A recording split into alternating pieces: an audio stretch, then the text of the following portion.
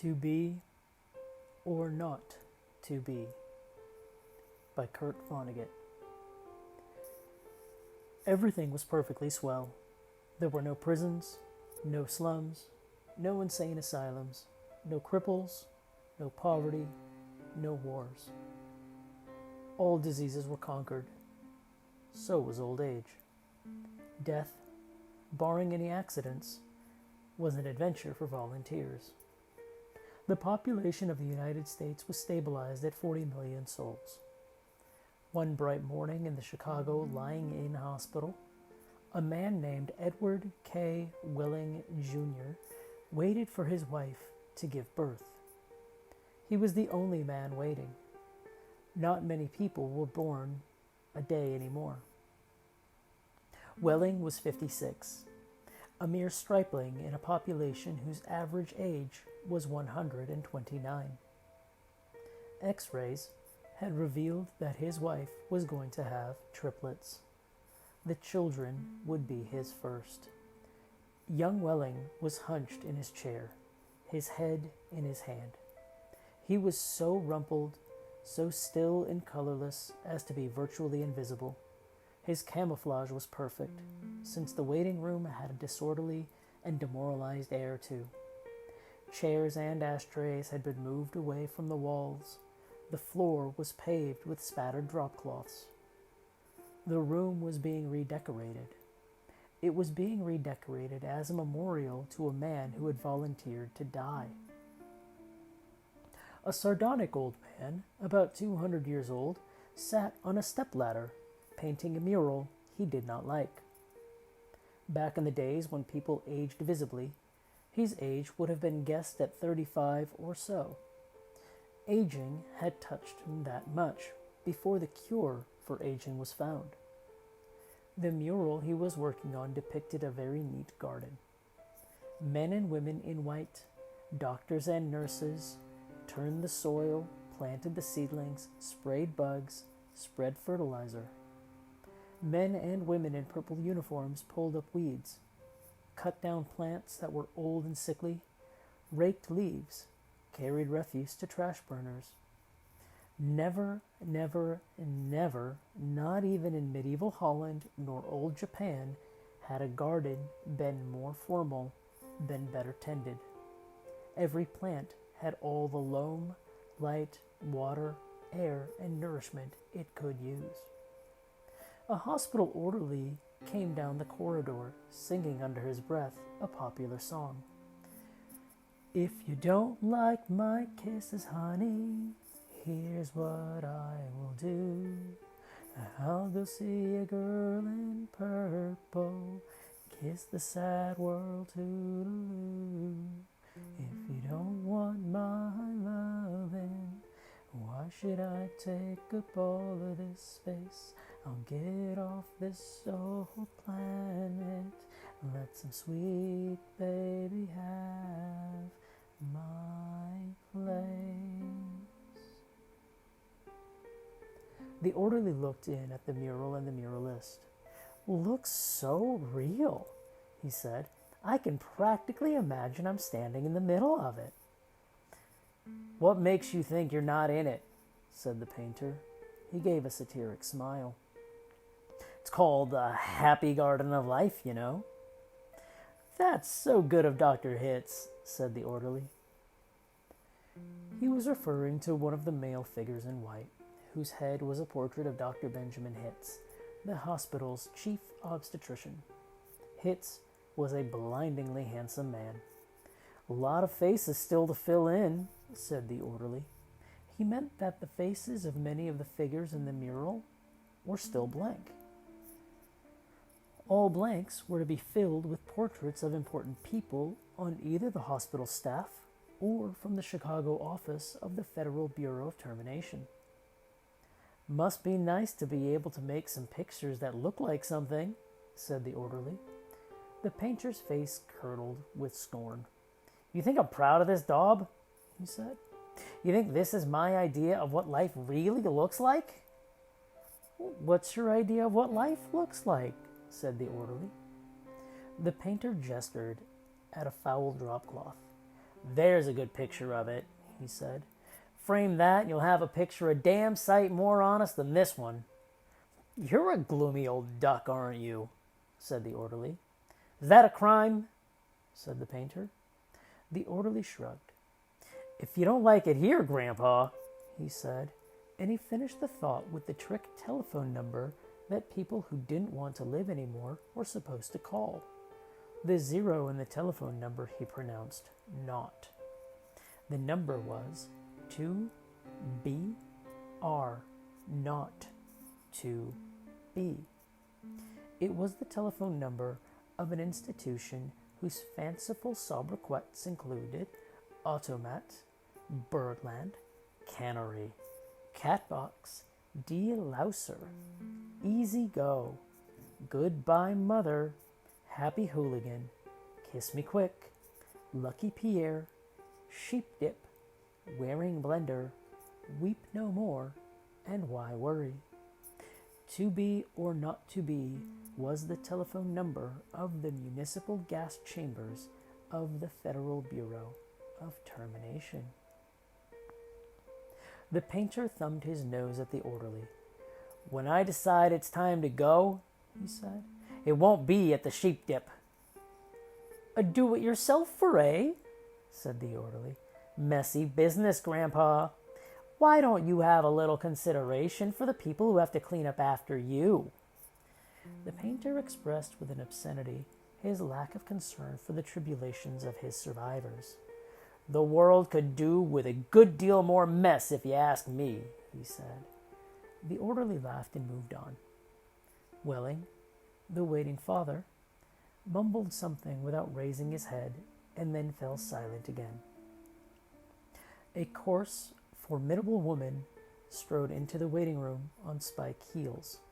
Her shoes, stockings, trench coat, bag, and overseas cap were all purple.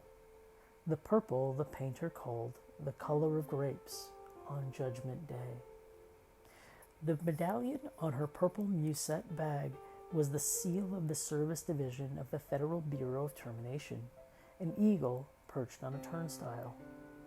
The woman had a lot of facial hair, an unmistakable mustache, in fact. A curious thing about gas chamber hostesses was that no matter how lovely and feminine they were when they were recruited, they all sprouted mustaches within 5 years or so. "Is this where I'm supposed to come?" she said to the painter. "A lot would depend on what your business was," he said. "You aren't about to have a baby, are you?" "They told me I was supposed to pose for some picture," she said. "My name's Leora Duncan." She waited. "And you dunk people," he said. "What?" "Skip it." "That sure is a beautiful picture," she said. "Looks just like heaven or something." "Or something," said the painter. He took a list of names from his smock pocket. Duncan, Duncan, Duncan, he said, scanning the list. "Yes, here you are. You're entitled to be immortalized. See any faceless body here you'd like me to stick your head on? Got a few choice ones left." She studied the mural bleakly. "Gee, they're all the same to me. I don't know anything about art." "A body's a body, eh? All righty. As a master of fine art, I recommend this body here." He indicated a faceless figure of a woman who was carrying dried stalks to a trash burner. "Well," said Leora Duncan, "that's more the disposal people, isn't it? I mean, I'm in the service. I don't do any disposing." The painter clapped his hands in mock delight. "You say you don't know anything about art, and then you prove in the next breath that you do know a heck of a lot more than I do. Of course the sheave carrier is wrong for a hostess. A snipper, a pruner, that's more your line." He pointed to a figure in purple who was sawing a dead branch from an apple tree. "How about her?" he said. "You like her at all?" "Gosh," she said, and she blushed and became humble. That puts me right next to Dr. Hitz. That upsets you? He said. Good gravy, no, she said. It's just such an honor. Ah, you admire him, eh? Who doesn't admire him, she said again. He was responsible for setting up the very first gas chamber in Chicago.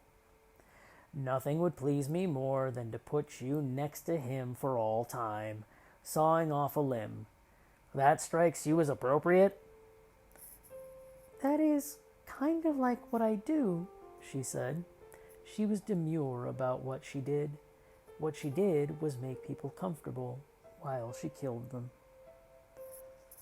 And while Leora Duncan was posing for her portrait, into the waiting room bounded Dr. Hitz himself.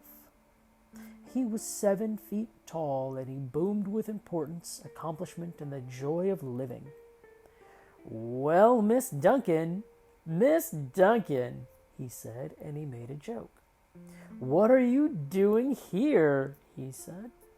This isn't where the people leave. This is where they come in. We're going to be in the same picture together, she said shyly. Good, said Dr. Hitz heartily. And say, isn't that some picture? I sure am honored to be in it with you, she said. Let me tell you, I'm honored to be in it with you. Without women like you, this wonderful world we've got wouldn't be possible. He saluted her and moved toward the door that led to the delivery rooms. Guess what was just born, he said. I can't. Triplets! Triplets, she said. She was exclaiming over the legal implications of triplets. The law said that no newborn child could survive unless the parents of the child could find someone who would volunteer to die. Triplets, if they were all to live, called for 3 volunteers. Do the parents have 3 volunteers? Said Leora Duncan. Last I heard, they had 1 and were trying to scrape another 2 up. I don't think they made it, she said. Nobody made 3 appointments with us. Nothing but singles going through today. Unless somebody called in after I left. What's the name? Welling, said the waiting father, sitting up, red-eyed and frowsy. Edward K. Welling, Jr. is the name of the happy father-to-be. He raised his right hand, looked at a spot on the wall, gave a hoarsely wretched chuckle.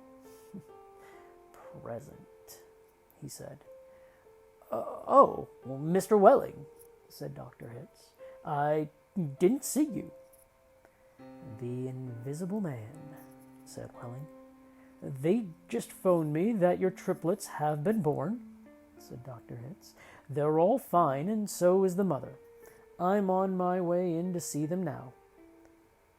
Hooray, said Welling emptily. You don't sound very happy, said Dr. Hitz. What man in my shoes wouldn't be happy, said Welling. He gestured with his hands to symbolize carefree simplicity. All I have to do is pick out which one of the triplets is going to live, then deliver my maternal grandfather to the happy hooligan, and come back here with the receipt. Dr. Hitz became rather severe with Welling, towered over him. You don't believe in population control, Mr. Welling, he said. I think it's perfectly keen, said Welling tautly. Would you like to go back to the good old days when the population of the Earth was 20 billion, about to become 40 billion, and then 80 billion, then 160 billion? Do you know what a druplet is, Mr. Welling? Said Hitz. Nope, said Welling sulkily. A druplet, Mr. Welling, is one of the little knobs, one of the little pulpy grains of blackberries, said Dr. Hitz. Without population control, Human beings would now be packed on the surface of this old planet like droplets on a blackberry. Think of it.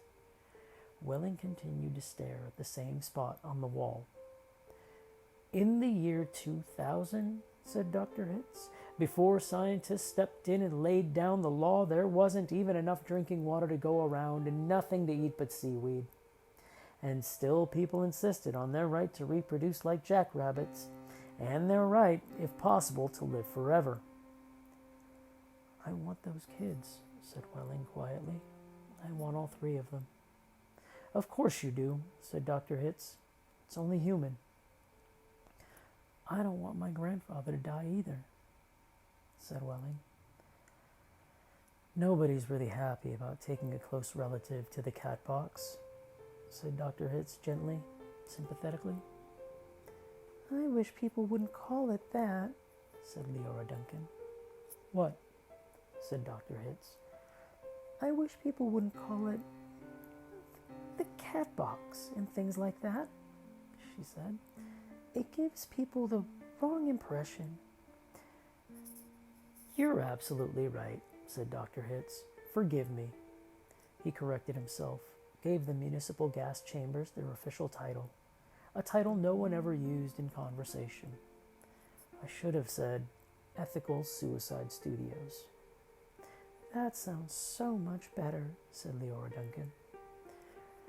This child of yours, whichever one you decide to keep, Mr. Welling, said Dr. Hitz, he or she is going to live on a happy, roomy, clean, rich planet, thanks to population control. In a garden like that mural there. He shook his head. 2 centuries ago, when I was a young man, it was a hell that nobody thought could last another 20 years. Now, centuries of peace and plenty stretch before us as far as the imagination cares to travel. He smiled luminously. The smile faded as he saw that Welling had just drawn a revolver. Welling shot Dr. Hitz dead. There's room for one, a great big one, he said. And then he shot Leora Duncan. It's only death, he said to her as she fell. There, room for 2. And then he shot himself, making room for all 3 of his children. Nobody came running. Nobody seemingly heard the shots. The painter sat on the top of his stepladder, looking down reflectively on the sorry scene. The painter pondered the mournful puzzle of life demanding to be born, and once born, demanding to be fruitful, to multiply and to live as long as possible, to do all that on a very small planet that would have to last forever. All the answers that the painter could think of were grim, even grimmer surely than a cat box, a happy hooligan, an easy go. He thought of war, he thought of plague, he thought of starvation. He knew that he would never paint again. He let his paintbrush fall to the drop cloths below, and then he decided he had had about enough of life in the happy garden of life as well, and he came slowly down from the ladder. He took Welling's pistol, really intending to shoot himself, but he didn't have the nerve. And then he saw the telephone booth in the corner of the room. He went to it, dialed the well-remembered number 2BR, not 2B. Federal Bureau of Termination, said a very warm voice of a hostess. How soon could I get an appointment? He asked, speaking very carefully. We could probably fit you in late this afternoon, sir. It might even be earlier if we get a cancellation. All right, said the painter. Fit me in if you please. And he gave her his name, spelling it out. Thank you, sir. Your city thanks you. Your country thanks you. Your planet thanks you. But the deepest thanks of all from future generations.